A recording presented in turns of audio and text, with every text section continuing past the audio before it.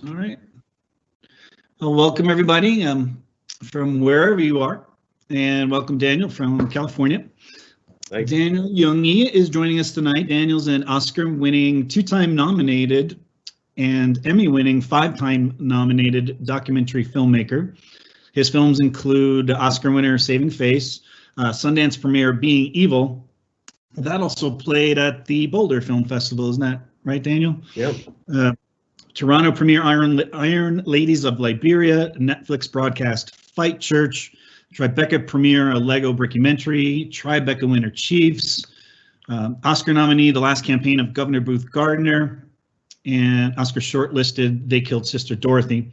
And he also served as showrunner and director on the AMC series Secret History of Comics, and most recently Challenger, The Final Flight for Netflix, which is what we're going to be discussing tonight. Daniel, the Last Campaign of Governor Booth Gardner, what year was that nominated? Is that 2009? Maybe 2008? That was nominated in 2008, I believe, because Saving Face was 2 years later and that won in 2010. Okay. Okay, good. And is the Oscar up there behind you? It's better to win than not to win. Don't let them tell you any differently. Sure. All right, well, let's get into the series. First of all, great series. I really enjoyed it. Everybody I spoke to really enjoyed it. For those of you, if you want to read a little review on it, you can check out my monthly column. I think most of you on the call probably know me. The Front Porch is the name of the newspaper, and you could look up my reviews there. And I did review the series for the October 1st edition. So first, Daniel, we're friends. You were very friendly to it.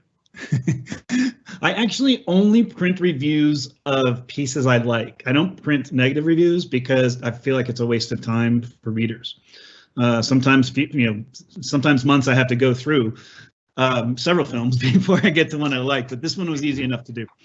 Tell us about your time in Denver first, though. So for anybody in the audience who don't know, you lived in Denver for quite a while. I'm not sure how many years, but tell us about your time in Denver, what you accomplished here, and what can you tell us about the documentary film business here in Denver? Yeah, well, I lived in Denver for 20 years, and on and off, and so I consider myself a local, even though I'm here in LA, and we can talk about that move. But I made my first film. I came after working in the Los Angeles and New York and London film industries.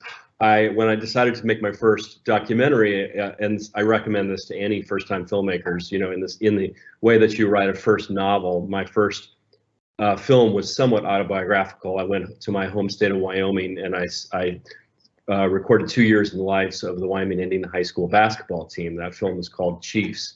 And so I was shooting in Wyoming, but I was living in Denver. I had gone to Colorado College, and Denver's kind of my home turf. So I was living in Denver at the time. And my partner on that film, a guy named Henry Ansbacher, who's still kicking around Denver, still making films, we decided to, based on the success of that first film, we continue making films in Denver. And so I was able to sort of cobble together one film after another, sometimes two at a time. And those films were primarily social justice issue films, and usually more what we call verite films, follow docs, where I was following people through their lives, and that's a little different than Challenger and some of the archival films that I've done. But I was able to successfully make one film after another based out of Colorado, and I do think it's possible. No one beat the Colorado than me. I do think it's possible to make great films from Colorado, and especially documentary, because there's less infrastructure needed. You don't necessarily need sound stages, and you need equipment, but you don't need the equipment that you need necessarily for feature films and the big crew. And of course, they're making feature films in Denver as well, but that's harder than, say, a place like LA. Documentary is a little easier. As long as there's a minimal film infrastructure, which there is in Denver. I think you would call Denver a mid-sized market. It's possible to make films from there. I think the one caveat is you need a great editor, and the great editors are usually based in New York, LA, London, It just so happens that there's a few great editors in the Colorado region that I worked with. One in particular, Davis Coombe, who just, his latest film was The Social Dilemma, which is on Netflix as well. He's a great editor, and that sort of enabled me to make one film after another in Colorado, and why I think it's possible.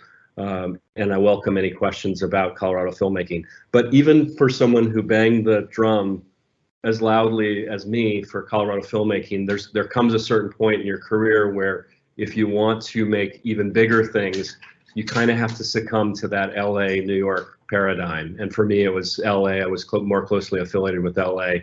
And so I came here, I got an agent at CAA, it's a big agency, and started getting what I would call, bigger projects like this series Challenger, but the difference being, I self-generated a lot of my projects in Colorado. Those were usually my babies. And here I'm a little more of a director for hire, although I'm still a primary creative force. That's changed a little bit. Oh, I've got a dog going crazy here. Okay. Yeah, I was going to ask you about a couple of those things there. First of all, did Davis direct The Social Dilemma, or is that he's just the editor? He edited, and I believe he wrote. He was credited as one of the writers, and I think he's a producer on it as well.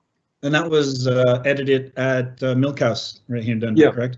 Okay. So that's there's also a great post-production house in Denver that does a lot of great documentary work called Milk House, and I've worked with them often.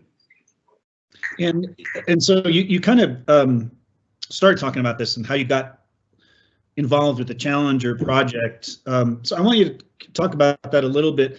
How did you get involved? How the project come to you? That sort of thing. But also, I was going to ask you, because your earlier films were social justice types of films.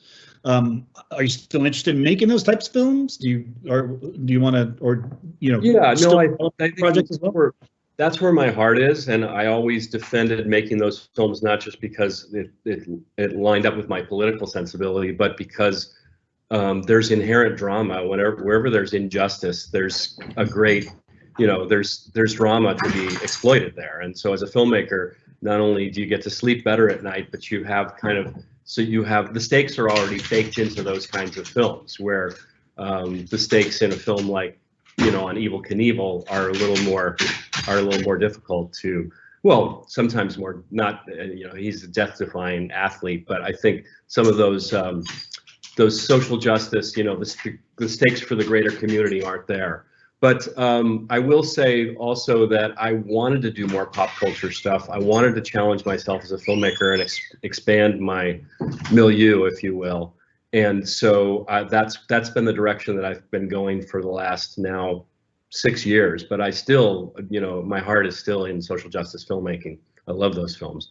I will say this, though. I can see that has a lot to say, though. I mean, it's not just a straight up story. There's still a lot to say. There's still a lot of intrigue, political drama as well, in there as well. So a lot of you is still in there, I think. Yeah, obviously the stakes are built into a story like Challenger, like no other story. It was a national tragedy, and it was the defining moment for a whole generation, and obviously involves death and catastrophe. And so there's built-in stakes there as well. I guess in terms of with social, I will say this, with social justice films, you sometimes have an audience sort of baked in, ready for that kind of message, where you with a film like Being Evil or Challenger, you're not necessarily applying that activist bent that you might with social justice films. You're starting with a more neutral tablet, if you will. Yeah. All right, let's talk about Challenger then. How'd you get involved with the project? So it was not my baby from the beginning, but it's an event that's near and dear to me. I was in high school when the tragedy happened, and I remember being in pre-algebra class when they ran into the classroom and said, "You got to turn on the TV." There were TVs in every classroom, and we turned it on, and I didn't see it live, but I saw that first replay of it, and it was a big moment at my high school, and it took us sort of weeks to decompress from that. So this is definitely near and dear to me, but I didn't develop this series. It was developed by a producer that I know and a first-time director named Stephen Leckhart. Glenn Zipper is the producer, and I've known Glenn for years. They were intending to co-direct it, and just before they, what we say, take it out to market, I think they decided that they wanted to have a seasoned director on board, and so they asked me if I'd be interested in co-directing, and like I said, it was very personal to me, and I said yes and came on board at that point. The film was somewhat it was formulated close to what we have now. It was 5 episodes, and we ultimately pared it down to 4, and then we took it out and pitched it to the main broadcasters. But Netflix was our first pitch, and they were very excited about it. They practically bought it at the table in our first pitch, which has never happened to me before and never happened since.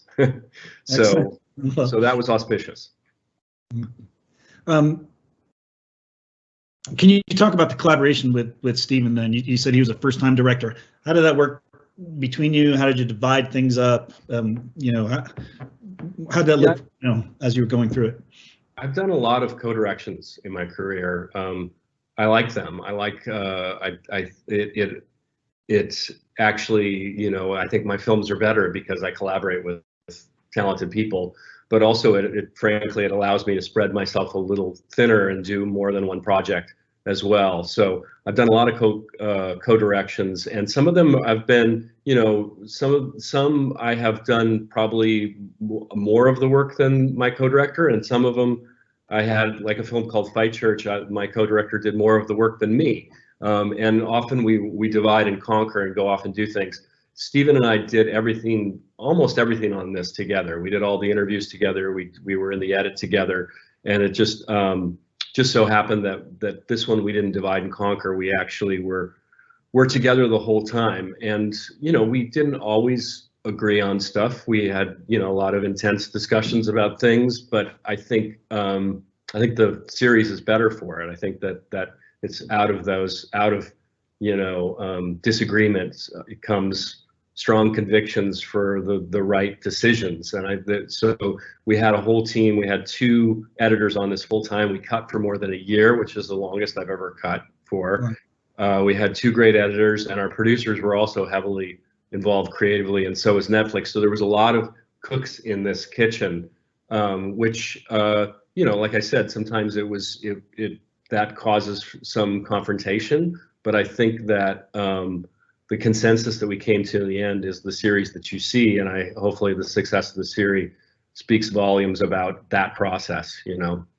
Yeah, and you may be the first director in history to say you like co-directing with other people. Sometimes in the moment it's tough, I'll say, and there were times on this series that were really tough. But I'll do it again. I'm going to co-direct again, and I'm out right now, out pitching some stuff which is co-direction as well, because I think I mean I've been very successful. I won an Oscar co-directing, you know, so I've had some very successful series and one-offs out of collaboration like that. And along those lines, we've talked about this before, where the most films you make, especially documentaries, will kind of take on a life of their own. Like they might go off in sort of different direction than what you may have thought out, you know, from the beginning. Did you have that experience here at all? Did you have to go down any different directions you really hadn't foreseen? How'd that work out? Yeah, I was surprised that I said that, because I think my default mode, and sometimes my fault as a director, is I tend to lean into my initial conceptions too heavily. And when you're shooting verite films like I did earlier in my career, you have to be reactive. You have to be reactive to what happens in front of you. But then there's sometimes this false notion that documentary filmmakers are a blank slate, and you're just kind of waiting for life to impress itself upon you. But in truth, you have to be very proactive. And so in that sense, I usually go into films, even verite films, with a kind of an idealized notion of what I think how they'll go, even though you can't dictate what real life does. But when it comes to a historical doc like this, you have almost all of the story in front of you and recorded by history. And in the case of Challenger, you have numerous other books and other documentaries and podcasts and so much media on Challenger that you kind of know what you know all of most of the major turns of the story, but that doesn't mean you still can't be open to surprise along the way. This one, however, though, I think that the changes came mostly in how we were structuring the film in post-production, not necessarily things that we learned. There weren't like any big reveals that we learned in the interviews and thought, oh my God, we didn't realize this about Challenger and we're going to tell the world about this. Most everything we got in the course of our interviews and our archival gathering, which is of course the other big job on an archival film. I don't think there were any major surprises in that sense. I think the way that this film morphed and changed was our conception of how to present it. And this was a very difficult series to structure. Really the hardest structuring job I've ever done as a filmmaker. And I was going to ask you about that as well. You've worked on a series before. This one is a pretty good sized series. Like making 5 films. And did you have any particular challenges with basically that long form, or yes, the material lend itself nicely to that because there's so much archival footage? Well, that too. It did lend itself nicely to a longer format, but whenever you're dealing with longer is not just longer. Longer has to be better, because when you're dealing with a longer format. I have a crazy puppy here. Sorry, this is COVID. Millions of teachers around the world are doing it right now. So the fact is that we had 4 hours to tell this story, and we were given 4 hours by Netflix. So that's a great runway for any filmmaker, but at the same time it's super challenging. And I don't think I'm letting the cat out of the bag here. We just had our sort of post-mortem with with Netflix, where we learned how it's doing. It's doing very well for them, but they're very concerned with how carryover goes from one episode to another, and particularly from episode 1 to episode 2. So that paradigm for filmmakers has really changed now. You need to have these strong, what we call cliffhangers. And so traditionally you would have cliffhangers, for an act break in a film, or if you're doing a series, a series for broadcast, you would have what's called a cliffhanger, which for any of you who don't know out there, I mean, it's what you would imagine. It's just building up tension at the end of the episode and teasing the next episode. In this case, Netflix is that's what they push harder than anything. So that the structure of the 4 episodes, and in particular how one episode flowed into the next, was one of their preoccupations, and it became ours as well. It has to when you're doing a film for Netflix or a series for Netflix. So that was really tough, and I have to say, our initial conception of what the first episode looked like changed radically when we got into the edit, and then by the time we got to the 3rd cut, there were 5 cuts in all of this series. By the time we got to the 3rd cut, when we were showing friends and family, and Netflix was finally giving us kind of their most robust feedback, the first episode didn't work at all. It wasn't working for people, and the problem was it was all exposition.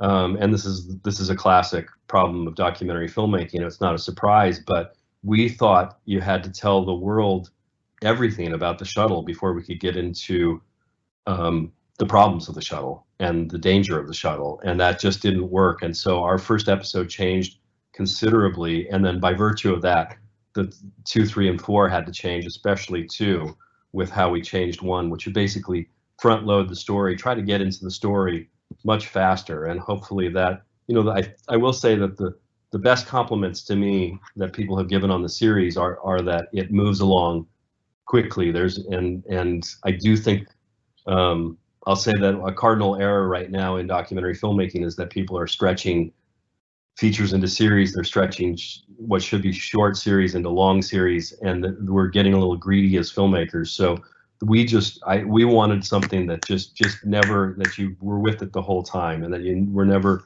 tired, even when you're learning backstory of the astronauts. Hopefully that's woven into the story in a compelling enough fashion where you're sticking with it as a viewer and you're not feeling like you're being, fed your vegetables. Yeah, and I did notice episode 1 had those backstories, but seemed to come a little sort of later down into the episode, and you framed it differently, really nicely, I thought. With teasing this, the story about the O-rings and the company in Salt Lake, etc. That kind of stuff. I think as a critic and as a writer about history of film and about documentary, especially, that I think that the history of documentary tends to be about information, and and that's changed a lot. Documentaries have become much more story driven. Not that they weren't entirely in the past, but you have to give your audience information, but you have to do it in a compelling, entertaining fashion, because otherwise they'll just change the channel, or they'll switch to another streamer. Speaking of that compelling action, the one thing I noticed, Adam noticed it quite a bit too, was you got some really fantastic interviews. You really got some people to open up. I was just astonished at the ending, and the former director, I think he was, of NASA operations, saying with the same information he would do the same thing again. I understand why he said that, but it just seemed shocking at that point. Can you talk about that interview process a little bit? The time you spent with those people. Were there other interviews you wanted, didn't get, that sort of stuff? Yeah, we actually got all of the interviews that we set out to get. We actually got. There were a few family members that we had hoped to get that we didn't, but sort of every crew member sort of has a proxy storyteller in the film. So in the end, hopefully we brought them all to life, even though there may be a few family members that we weren't able to get. There was one deceased engineer, Roger Beaujolais, that we tried to weave into the film, and it tried as we might, it didn't work. But in terms of NASA, yeah, we got the most important, who we felt the most important people were for the series. And so these interviews across the board were minimum 2-3 hours, but sometimes they went all day long. And part of the benefit of having a co-director is that Steve and I could double time. One of us could sit in the chair for an hour, and then the other person could sit in the chair for an hour, which gives you the chance to not only emotionally recharge, but to look back and keep it conversational and have the ability to go back and look at your notes and decide what you've missed. And I think also that maybe going all day and doing a slow wind up into this very emotional event allowed us to get to some emotions that we wouldn't have maybe as doing a 2 or 3 hour interview and doing it only one of us doing the interviewing. So that helped a lot. In terms of there's certainly raw emotion in the film, but like that interview that you referred to with, I think you're talking about William Lucas, the head of Marshall Space, which is the head of rocketry at NASA in Alabama. He said some stuff that was very, like when he says he'd do all the same decisions again. That's a statement that when you put it in, or without, you can't get great reward without incurring great risk. It's a truthful statement, and if you put that earlier in the film in Apollo, or if you put it even at the end after the successful return to flight, it's a heroic statement. But when you put it right after the death of 7 human beings, and when you knew about the problem ahead of time, it seems slightly less circumspect, I guess. So that was interesting to hear that line, especially in the context that we used it, which is with the gift of hindsight after all these years. Right, and it sort of seems shocking, but when you think about it, it's honest, and it's real, and I'm sure as a filmmaker you appreciated that. Yeah, no, you appreciate when people are being honest with you, even if you disagree with it, or if it may run counter to audience's expectations, and sometimes those are the best statements. In our case, I think the low-hanging fruit here was always going to be emotion. We kind of and I have made a lot of emotional films. I won the Oscar for a film about acid violence, and I made a film I was nominated for a film about death with dignity, or physician-assisted suicide, depending upon what you want to call it. And so these are heavy-duty subjects that you're inherently going to have drama, and you're going to have tears. And so it did surprise me when we got the emotion. So I think our challenge as filmmakers was to use that, but not in a gratuitous way, which I think sometimes has been the case with Challenger media, that you show the explosion and then you cut to people's raw emotions, and we wanted to earn that, basically. So that's why you don't really see the explosion. You don't see the accident until the very end of episode 3 and the beginning of episode 4. And you don't see people's emotional reactions to it until episode 4. So we knew the emotion was going to be there, and it was in the interviews. It was raw. But our challenge as filmmakers is, how do you use that in a strategic way so you're not being gratuitous about it. And it works wonderfully. You talked about some of the challenges as far as exposition, how to present the exposition, editing, that sort of stuff. Were there any other challenges that became roadblocks at times while you're making it, whether it be whatever technical interview issues, or did you have any really big ones any big challenges that you faced? No, I mean, I think there's always absolutely the major issue on this series was the structuring, and that was by far gave us the biggest headache and involved the most intense conversations. I will say that it's getting it's in some ways it's getting easier to do archival films these days, because the expanse of archival material is growing. It's not like because people are digitizing stuff and you're able to find stuff online, and all these archives are online now. And so the ability to find incredible footage is greater than ever right now. But it's at the same time, the ability to license things and the litigiousness, the legality of all of this has gotten more, and because people think now the documentary filmmakers are made of gold, and the ability to license stuff has actually gotten more difficult. And so we did have some trouble in the end.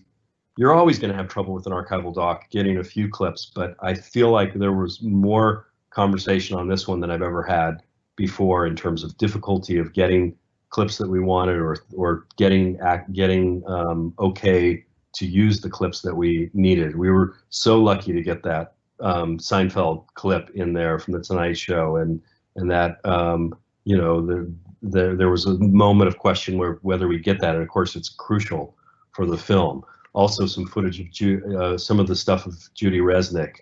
There was some question about that, and so that's always a vigorous discussion on archival films, and it's always going to come down right to the wire on being able to get your footage in. But this one had, at the end of the day, there was some stuff that had to go. Thankfully, nothing that completely changed the story, or the stuff that I missed that you'll never know about.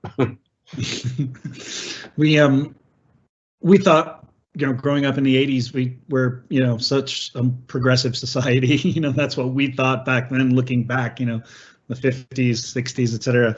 But seeing some of those interviews, like the Brokaw interview with Judy Resnick, it's just like jaw drops. Like, would you ask that same question to one of the male astronauts? It seems so long ago, that we were juniors in high school. Yeah, when they say, yeah, 5 blacks, a woman, and an Oriental, you're like, part of you goes, "Oi!" But in some ways, there's some charm to it as well. I don't want to hang Tom Brokaw out to dry. He was obviously a product of his time, and more than anything, we want to show what the times were like rather than put it on like someone like Tom Brokaw's shoulders. But I will say this too, that especially watching this in COVID, we've gotten a lot of, so we thought that this was going to be a hard pill to swallow. It's about a national tragedy. But I think part of the popularity of the series is that it is transportive, and it takes us back to the 80s. And as much maligned as the 80s are, it was actually a great decade in a lot of ways too. And certainly it was when I was in high school. So I'm a child of the 80s. So I do think that there's definitely, as much as there's a little bit of, ooh, yeah, did he really say that? There's also some magic of seeing the 80s, of the late 70s and 80s as well. Yeah, no, absolutely. As a child of the 80s, I concur. Yeah, and I think that might be part of the pandemic. We were in the top 10 there for the first couple of weeks, Netflix shows, but we were kind of toggling back and forth with Cobra Kai. So that tells you something. That other great movie series from the 80s, right? Anything else? We got some questions coming in on the chat, and for those of you listening in, if you haven't asked questions you want to, go ahead and put them in the chat room. We'll get to those.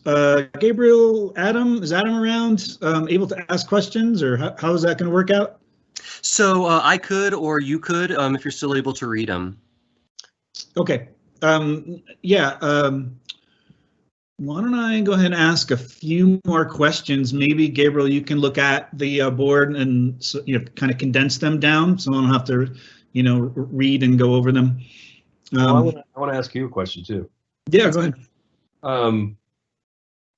Are you watching a lot of documentaries these days, and what do you think about the state of documentary filmmaking right now? I am watching a lot of documentaries. I always have watched a lot of documentaries. Gosh, what was it? Hearts of Darkness, the Coppola documentary about the making of Apocalypse Now. If you remember that, where Francis Ford Coppola, I think at the end of the movie, he says, and this was, he's being filmed, I think, in the 70s, and he says, someday soon, a girl from Ohio will be able to make a movie, with a computer, and anybody can make movies, but not everybody should. And he said that back in the 70s, and it couldn't be more apt today. Because yes, I'm watching a lot more, and it's just a lot more to sift through and to parse out. Now, I think there's good and bad there. Yeah, it's cool that people, anybody really, at the time and the wherewithal can make something, and I think that's great. It's more accessible, like you said. Archival footage is more accessible if you want to pay for it, I guess, and go beyond the film festival circuit. But at the same time, there's also a lot of junk out there too. So I just hope it doesn't get watered down. I hope documentary business doesn't get watered down. People don't look at documentaries as only this thing, on Netflix. Yeah, I think we're becoming victims of our own success.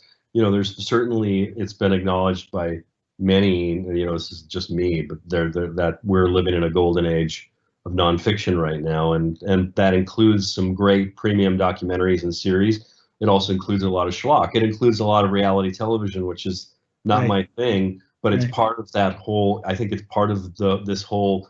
We have to credit reality television as being part of this atmosphere where we like looking at ourselves, and we like looking at quote unquote normal people, if you want to call reality TV stars normal people. So.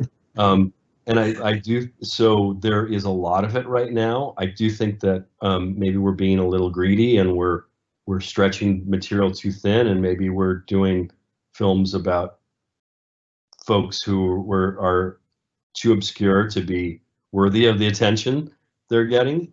But then I have to say, then you watch an incredible film about somebody that you never expected that you would be watching a film about, and if it's done with craft and done artfully, and they're an interesting subject, or they have a great story, it's magical, It will be interesting to see what happens in the next 10 years, and to see if nonfiction, particularly premium, what we call premium nonfiction, maintains the pedigree that it does right now.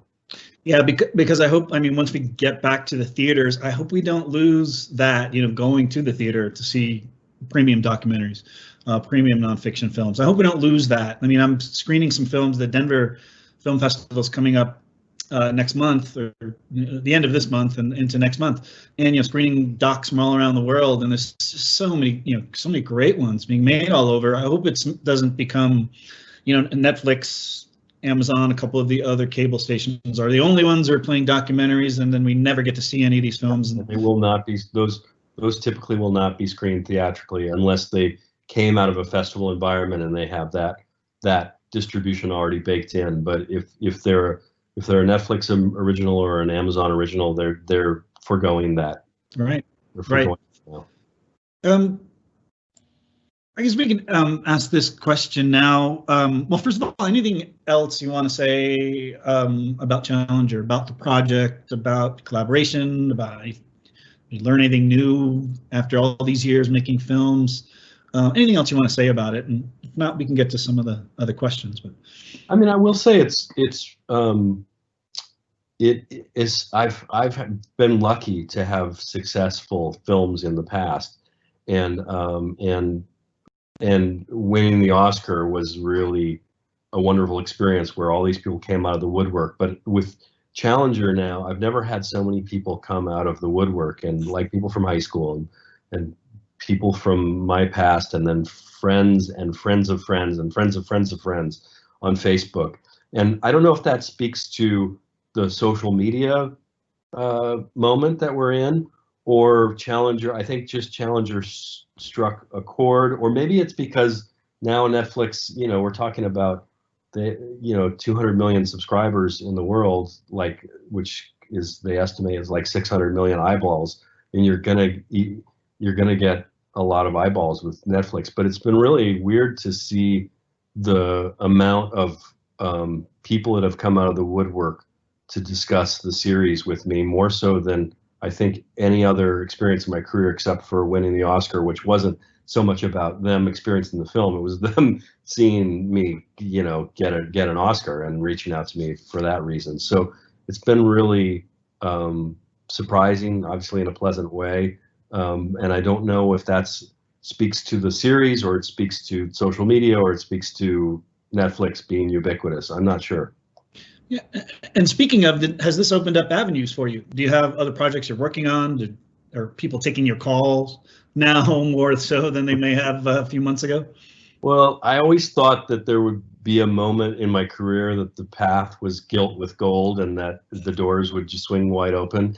And it hasn't happened yet. It didn't happen with the Oscar, but with each accolade like that, each thing like that, it seems like that I don't necessarily get the next project, but I get the phone call for the next project. So right now with Challenger, it is allowing me, in the projects that I'm pitching or the projects that I've been talking to people about, it's raising my stature, and hopefully it'll make people call back faster. But I don't think it means that the next project is ever a sure thing, because the part of that crazy time in documentary right now is there's just so much nonfiction stuff being pitched that I think I'm recognized as a very capable documentary filmmaker, but there's a lot of them. There's a lot of great documentary filmmakers, probably better than me, and they're out pitching stuff too. And so and there are also fictional filmmakers who want a piece of it as well, now want to get into making documentaries, and some have. Yeah. And some do that well, and some not as well as others. And also what's happening too is now we have studios, or we have big production companies like, Ron Howard, Pete Berg, who all have they all have nonfiction departments within them now, and they all are doing their movies, and they're doing their commercials, and then they're doing their documentaries. And so if I'm out pitching as an individual, even with my with some of my credits under my belt, I'm out pitching against the Ron Howards and Pete Bergs of the world too, and that is sometimes that stature helps them get in the door quicker and sell stuff easier. Yeah, so there's like you said the other day, there's good and bad in this whole time right now. So I thought I had a question that's come up, speaking of open doors. Yeah. It's come up a few times, actually. I'll read just this one. Sure. How did you convince NASA to provide you access to the content? Did they have any concerns, requirements, or rules placed on your work product? It's a great question, and the short answer is we didn't need it. All of NASA's footage is in the public domain. So so a lot of this, NASA is a public organization, and they don't have to okay the usage of their footage. You can use it. And in terms of the people that we accessed, no one is still with NASA. They were all retired, and so there was no one involved in our series from an official capacity at NASA whatsoever. Now, I made the series with Bad Robot, and they have an association with NASA. They have a relationship with them. So I think there was always we knew from the start we didn't want to outright disparage NASA and point fingers, and we knew that we wanted to be celebratory of NASA and honoring NASA and honoring space travel. And so that became part of the discussion in the edit too, is how to walk that line of when it gets critical and when it feels like it's getting too critical. Not that we were I think we just at times to get too critical of NASA didn't serve the story. So I think there's a dose of that in the series, but there's also a lot of proper praise of what NASA has meant for our country. It's interesting, we're making this in a time that now all of space travel is privatized, and all of the astronauts we spoke to, that got their gall more than anything else, the fact that NASA isn't doing the things in terms of manned space travel that it was even 15 years ago. Hopefully the ultimate message about NASA is cautionary, but still honoring them. But regardless, we didn't need NASA's approval at all in the making of the series. I think I might have a really good follow-up that's come up a few times as well. What sort of similarities can you draw between the situation with NASA and some types of disregarding science that may be happening today? Well, yeah. I mean, I think the answer is inherent in the question. I think that if you ignore science, you do it at your own peril. And if you ignore science and are more deferential towards politics or certain opinions, or hubris, you do it at your own peril. And I think Challenger is a great cautionary tale in that regard, that ultimately it was the scientists. When you see that room that we recreate the night before the launch, when they were the people who were speaking out the loudest against this were scientists. They were engineers, and the people that ultimately made the decision were some of them came from scientific backgrounds, but they were all managerial positions. That's awesome. Thanks so much. And so. I think, go ahead. Yeah, and to extend that point, I just think we ignore science at our own peril. And I think the other interesting, and I get where you're going with this. I think it's been interesting to see. Obviously, we don't mention Donald Trump in the series at all, or current modern politics, but we do have Reagan in the series, and Reagan plays a very prominent role in our series, and for the most part, he comes off as a great, strong leader. I personally have some objective problems with Reagan, and I even did at the time as a kid. But it's hard to. It was every time we thought about using Reagan in a little more cynical fashion, and we did because there were some questions about Reagan at the time in regards to Challenger. It just didn't. It came off as not right. That ultimately he was a great leader, especially in regards to space travel and NASA, and he was a great leader in responding to this national tragedy. He gave one of the most beautiful, eloquent speeches of presidential history. So no matter how cynical you feel about Reagan, ultimately he was a great leader in a time of crisis, and I think that is amplified by our current times. Thanks so much. I did have another question here. This is more on the film side. Take things back there. When did you create the reenactment footage? There's some really cool and interesting shots, including some extreme long shots and bird's eye view shots. Is it something you planned early in the process, or did it come later in the editing process as you worked on creating visual interest and narrative tension? Yeah, it's a great question. So these recreations or reenactments were planned from the start, and that was because we knew that there was one pivotal moment, and that was the night before the launch when they're making this decision. We knew that in some ways is the dramatic centerpiece to the whole series, right? And yet no footage exists of that. No one was shooting. Obviously, no one shot footage that night.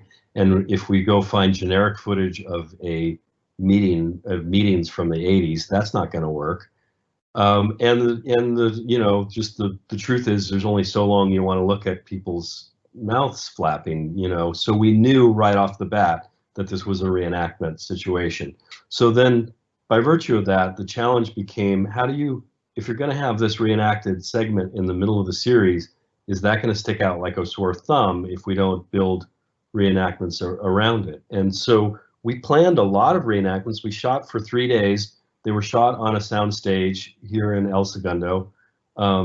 We spent a lot of money on the recreations. They were the biggest kind of like closest thing to fiction filmmaking I've ever done. We had soundstage and a huge crew and production design and cranes and jibs and dollies, and we shot a lot of recreation and had it spread throughout the series, little moments. And the truth is that most of those moments of recreation felt false. Ultimately, they only worked when it was really dramatic, and whenever it was the least bit not dramatic, they came off as pretty hokey.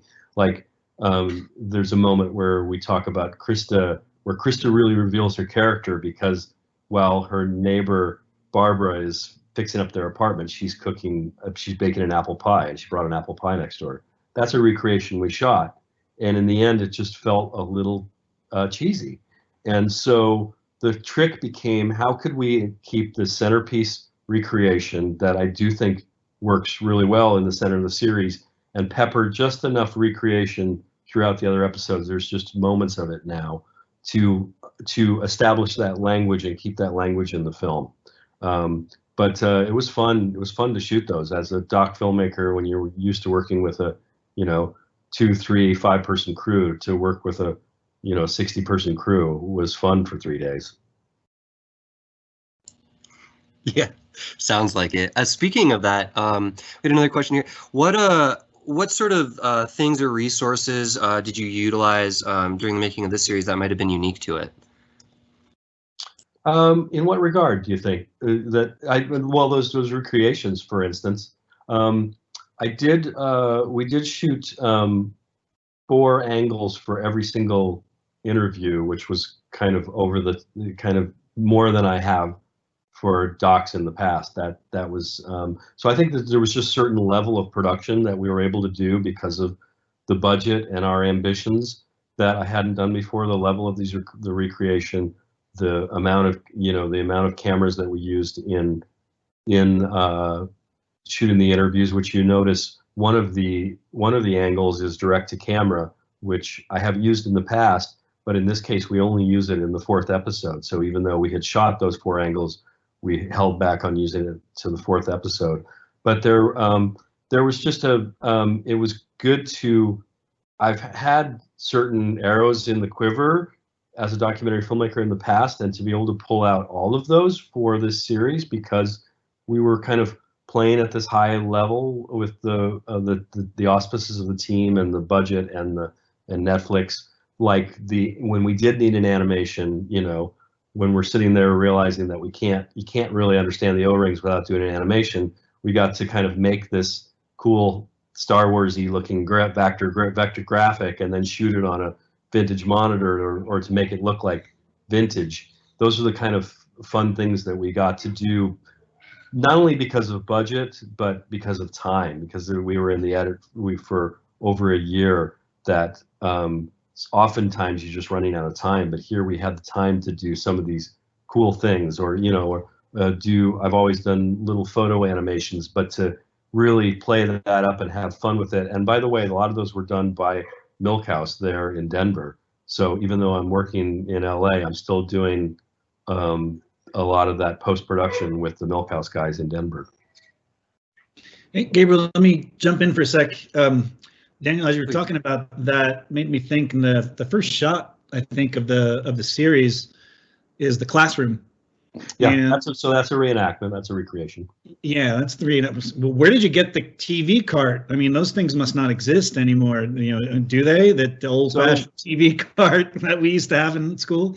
So, so in the past, when I have done reenactments or recreations, I usually have gone out and tried to find, you know, the historic classroom, or tried to find things that match what we're going to shoot. But we built everything. We had a soundstage.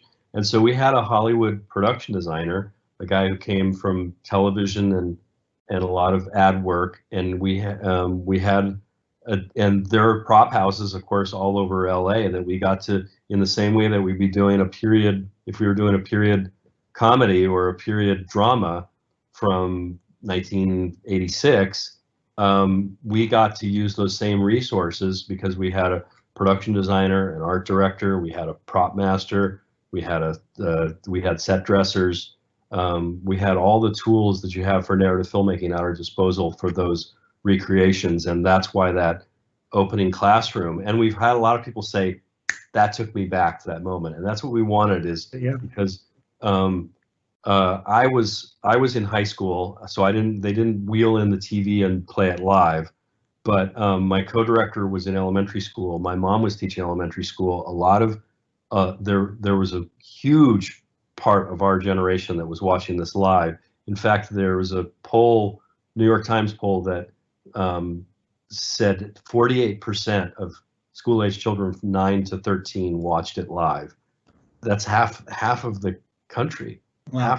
Half of the kids in our country were watching it live. So it was important for us to have that moment at the beginning, because it's emblematic of so many people's experience.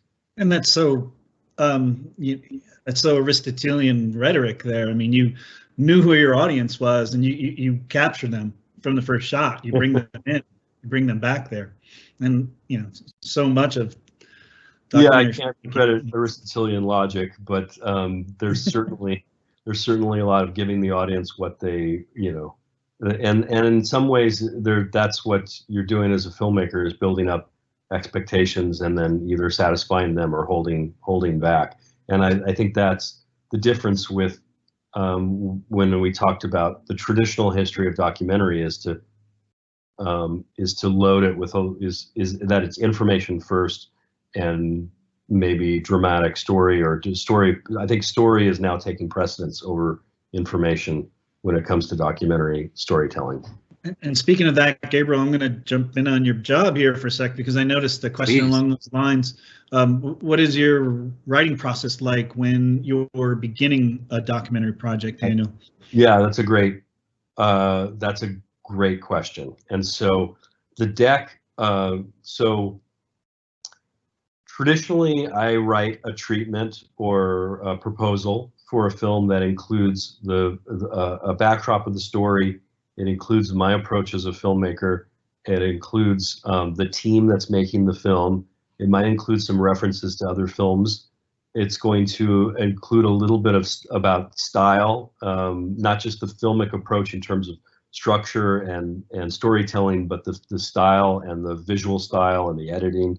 I'll write up. Traditionally, that's always been part of my process, and it has to be, because you have to go out and sell your film or series to whoever that's going to be. That may be it may be a broadcaster, it may be a funder or a nonprofit organization, or it may even be, you know, your next door neighbor. Even if you're doing crowdsourcing for funding, you have to show them what your film's going to be. That process has evolved considerably, and so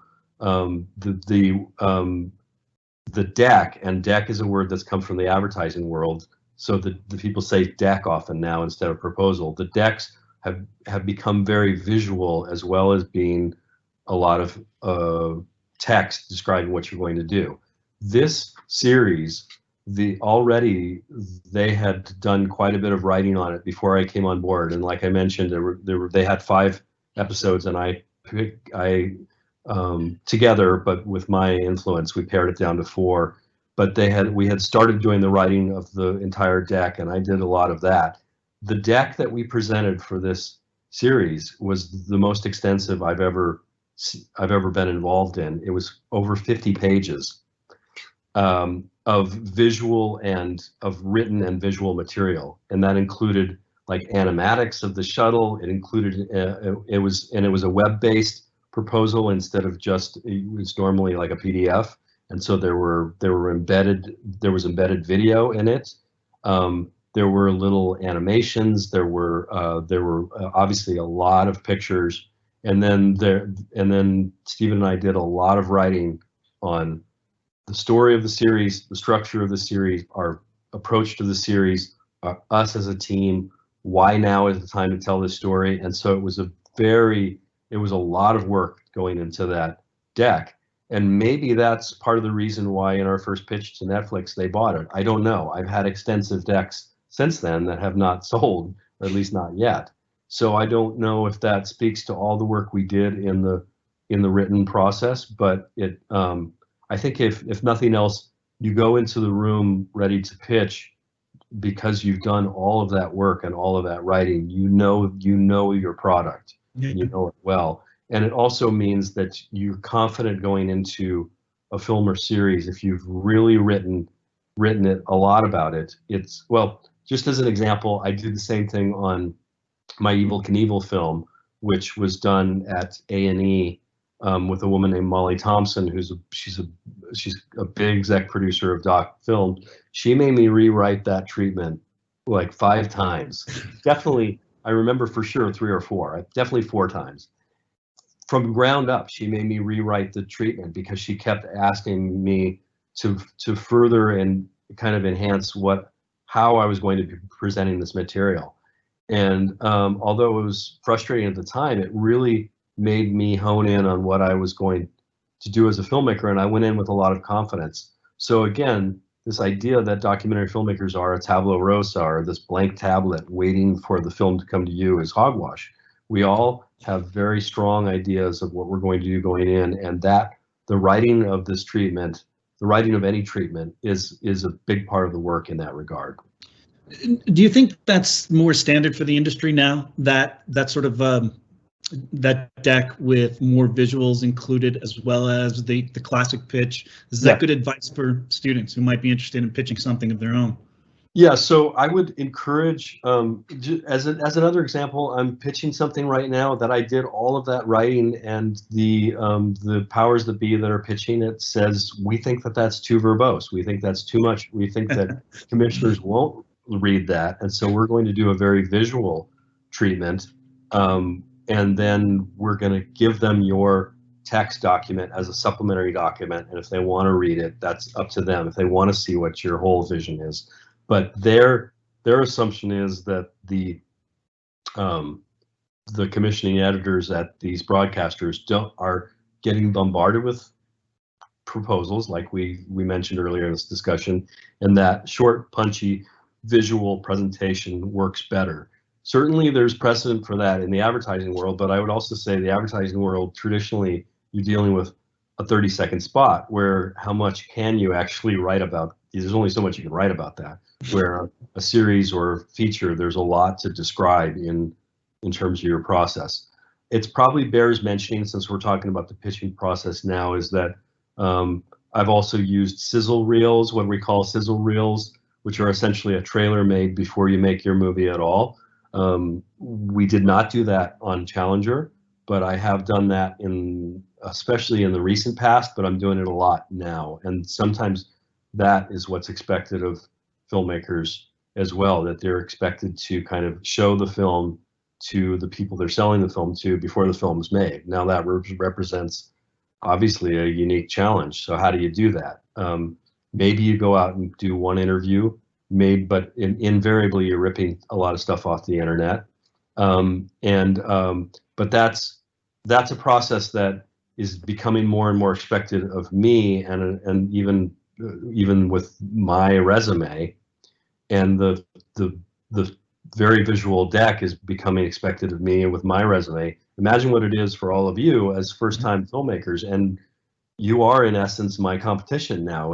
Because everyone has been afforded the same tools that I have mostly for documentary films now. So if you're going to go out and pitch a film, just know that the deck and the sizzle is, if it's expected of me, it's definitely a major arrow in your quiver that you're going to need to use to sell your first films. Yep.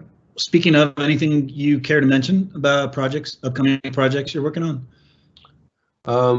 What can I say? I'm out pitching a series on the Monterey Pop Music Festival, which preceded Woodstock and in many ways was more important than Woodstock. I'm out pitching a drug series, which it's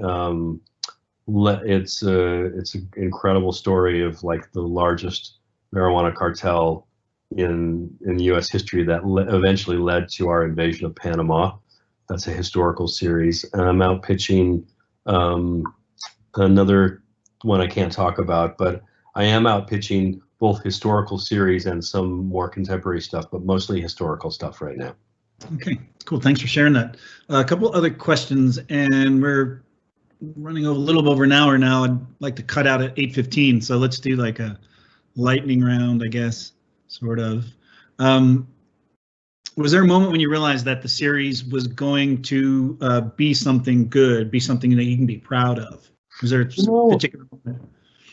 I will say that I am not very good at that because I'm biased. Usually when I've put in a lot of time and effort, I usually think by the end, I'm usually biased and think it's great regardless. And so it never ceases to amaze me the things that other people think are great, and that I think they're all great because they're all my babies. So it was interesting winning the Oscar for Saving Face, and then thankfully now people have seen some of my other stuff like Challenger and Being Evil and the Lego documentary were big enough to where other people usually know other stuff, but for a while there, Saving Face would have been, when I met people in the industry, often it'd be the only thing that they watched, and they thought it was great, and they'd go, "God, you're great. Saving Face was great."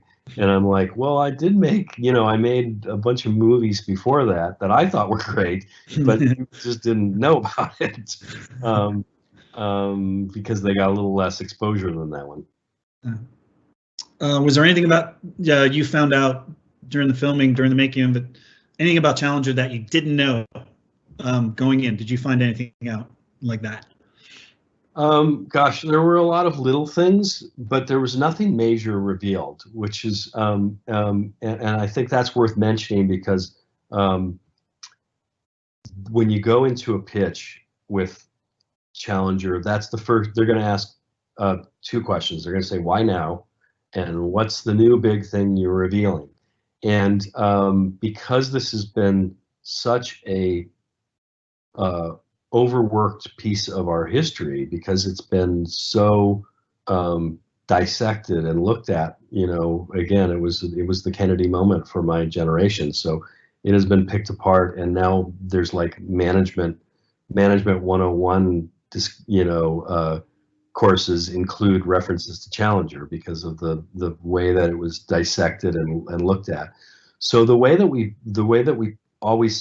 pitched this and we always saw this is we thought that OJ was a great reference for us in the I don't know, did you see it, the OJ series, Vincent? Oh yeah, that was an excellent series. There's absolutely nothing new revealed in that. You don't learn something new about some incredible piece of evidence revealed in that series. It just puts the whole picture together in such a comprehensive, compelling, and inevitable way. That's what the word I would use for OJ is, that by the time you get to the big reveals that we know historically now, you see that they were inevitable.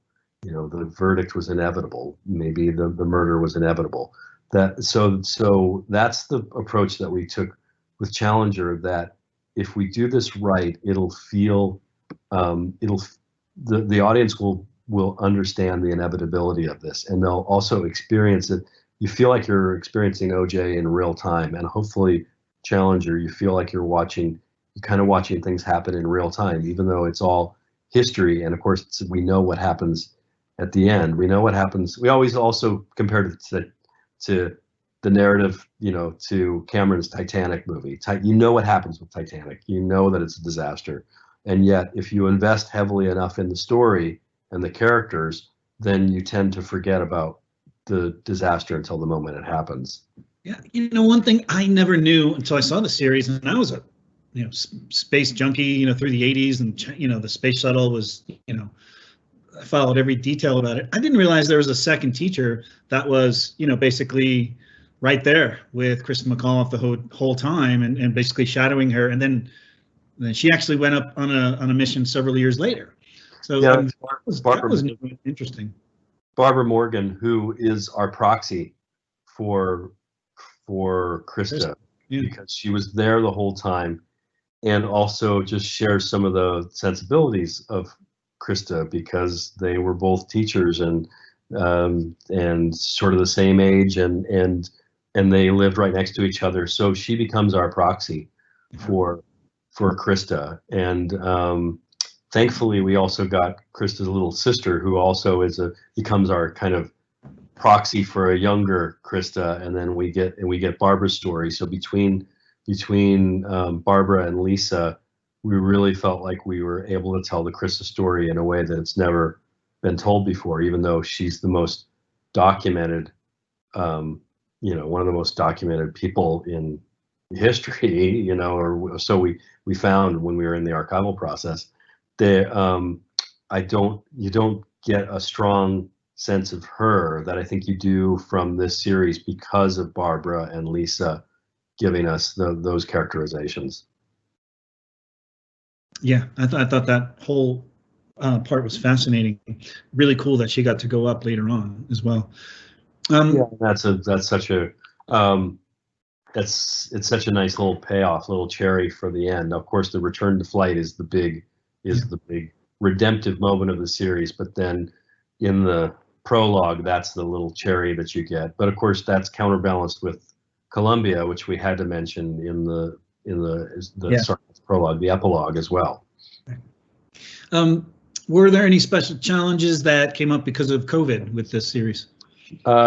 So we got really lucky in that we basically finished our last interviews and the recreations right before COVID hit, and we also had gotten deep enough in the edit to where it's possible to edit a film remotely, and I think we could have done it, but actually sitting in the edit together is vital. And we had just gotten to the point where like all of the creative heavy lifting was done, and we weren't what's called locked. We didn't have locked picture, but we were close, and so we did the last I guess the last 2 months of edit, maybe 6 weeks, and most of that was really fine tuning.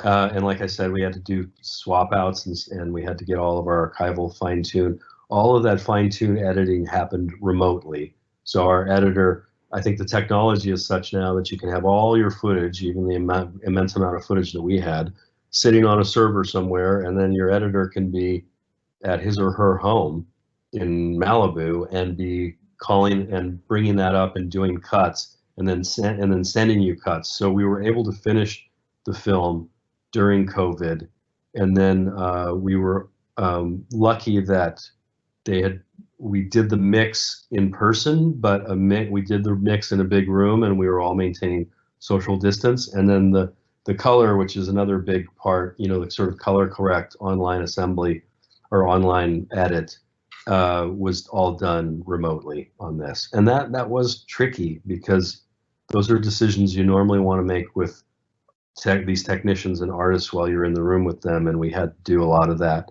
while reviewing cuts on a computer that hopefully the monitor was calibrated on. So we did do a lot of the finishing during COVID, but most of the heavy lifting had been done by then.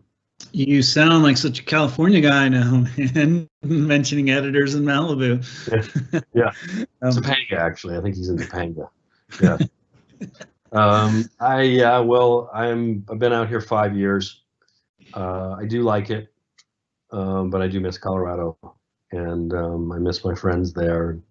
I miss the film community, which of course you and I were both part of, and the Film Society, and also I think because we've got a chip on our shoulder in Denver, that we tend to band together as a film community, and I guess I hoped I was a little bit part of that glue at that time. Oh, you are, man. We miss you here too, that's for sure. We don't have any, voices. Unfortunately, we don't have any really great, voices on our side right now, but hopefully that will change in the coming years, but it's going to take a little while. It will indefinitely, undoubtedly it will, because I just think that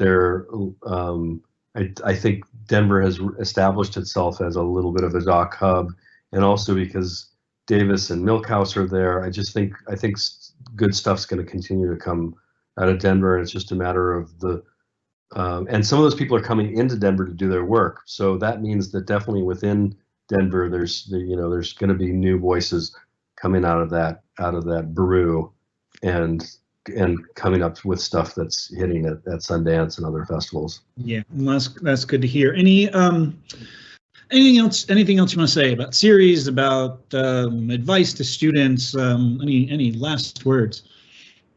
Well, I'm sure there are some young filmmakers out there, and I guess my suggestion always to young filmmakers, especially for directors, people who want to direct, is that the only way to direct films is to direct films. And I know that's an obtuse statement, or an obvious statement as well, but you have to do your own films, and then hopefully on the side, if you can develop a career, and if that means, if you're like me and you have to make money to support yourself, hopefully you can find a career doing something in the film industry, but you can also do something outside of the film industry. But often when you start a career in the film industry and you become, say, a great technician, you start working your way up and are an assistant camera person, and then a second AC, and then a first AC, and then an operator, and then a DP. Sometimes you lose that vision of directing if you really want to direct. So the trick to being a director is to keep making your own films, no matter how small, and that's very possible right now. While you're, supporting yourself doing other things, and that can be in the film industry or not. But you got to keep making your films, and that's the only way that I became a director. There's no other path where they invite you in to be a director. It just doesn't work like that. And learn how to write too. Writing is critical. Yeah. Writing is critical, and if you don't know how to write, then the best thing you can do is at least know how to formulate your thoughts and find somebody who can write. And I know filmmakers out there who do that. But being able to, proposals, like I said, proposals and sizzles have become sort of the lifeblood of the pitching process now. So if you guys want to pitch films, ultimately you'll need to do one or the other or both.